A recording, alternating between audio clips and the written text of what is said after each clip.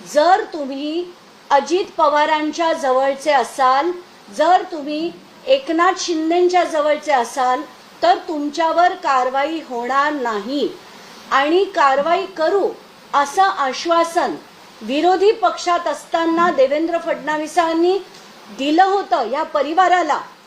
तर आता हा मुद्दा काय हा जर आपण समजून घेऊया. हा परिवार आहे जमील शेख नावाचे जे मनसेचे कार्यकर्ते नेते होते, जे इथे मुंबईच्या जवळ मुंब्रा कळवा ज्याला आपण म्हणतो तिथे ते होते. त्यांचं मनसेचं काम करत असताना त्यांचा संबंध बऱ्याच लोकांशी होता. म्हणजे त्याच्यात नजीब मुल्ला नावाचे आताचे अजित पवारांच्या अतिशय जवळचे असे हे जे नजीब मुल्ला होते त्यांनी त्यांना शूटर्स ठेवून शूट करून मारून टाकलं आणि त्यावर अजूनपर्यंत कारवाई